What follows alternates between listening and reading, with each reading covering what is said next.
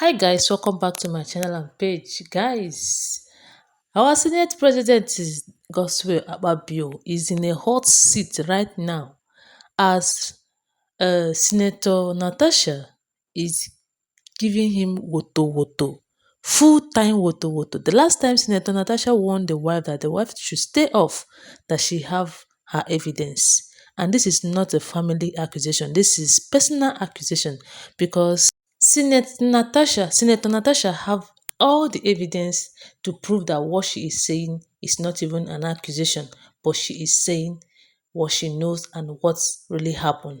So guys, listen and hear. Though but people have been complaining, people have been blaming Natasha for going too far. That as is a representative of a particular community or whatever, that she should have exercised little patience. At least things would have been sorted out amicably.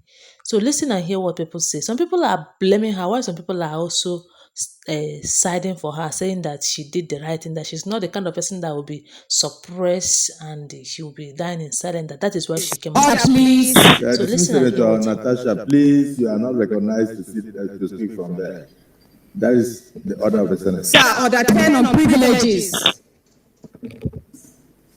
Order 10 on privileges. Senator Natasha. Any senator may rise at any time to speak upon a matter of privilege suddenly arising, and he shall be prepared to move without notice. A motion declaring that the content of breach of privilege has been suspension immediately.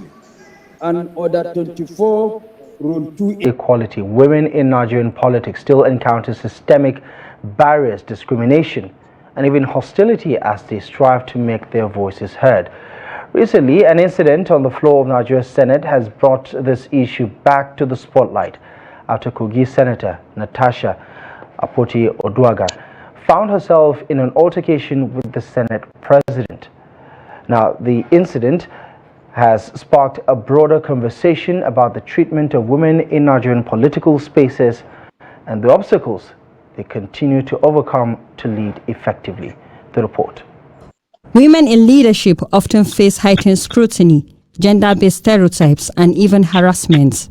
They are frequently judged not just on their policy, but on their appearance, tones, and personal lives. A stand rarely applied to their male counterparts. These challenges were recently highlighted in Nigeria, where Senator Natasha Akpoti, a vocal advocate for good governance, found herself at the center of continuous exchange with the Senate President Godswill AKPABIO. It is not today that women are being discriminated against.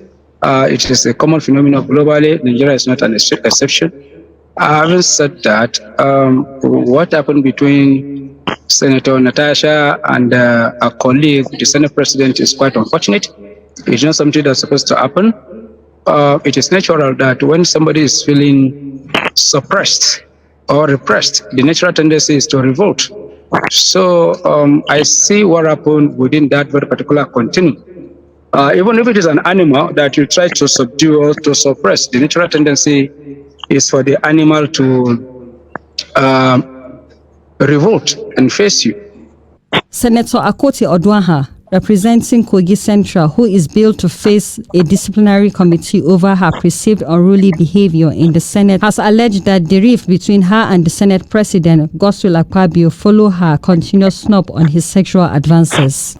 Even though he has been criticized widely for calling her names sometimes ago, but I think he would have listened to the criticism and would have readjusted to how to communicate with a woman.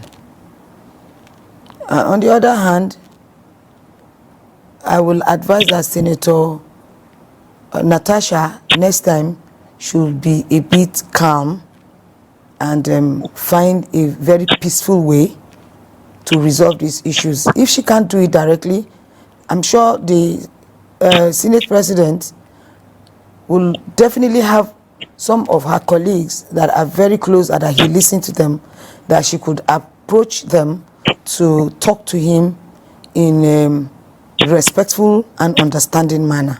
The matter taking legal dimension and attracting reactions. Prominent Nigerians are also adding their voice, with the former Senate President Bukola Saraki asking for an independent probe into the matter with a view to saving the integrity of the Senate as an institution. Others are calling for out-of-court resolution of the issue. Somebody that have an activist background, yeah, she's vocal, but for me, I think the Senate itself had the rule and regulation that I felt she would have followed when they asked her to speak or to sit in that seat before speaking, but she actually did not want to, because she was like aggrieved by previous things that has happened before.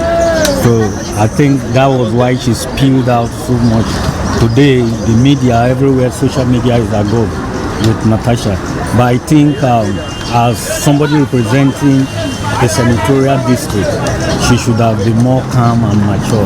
It is not a gender thing. The way she has the courage to speak outside, like she stand up even when they tell her to sit down, she still has the confidence. If it's some women, the way they shout on them, like, she will feel discouraged, or she'll be so scared about maybe because there are other men there that have power more than her. So for women out there working, the way they struggle like a man. It's not all women that are in the street doing all that things. Some women are in the street looking for money, how to make things better. As well, they support the women and the youth.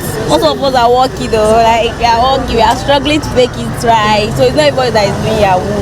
But this one seems to be loud because the senator in concern, she did not allow herself to be oppressed the way other women have been oppressed in government. Despite these challenges, there is hope, as countries like Rwanda, New Zealand have shown that gender-based governance is achievable.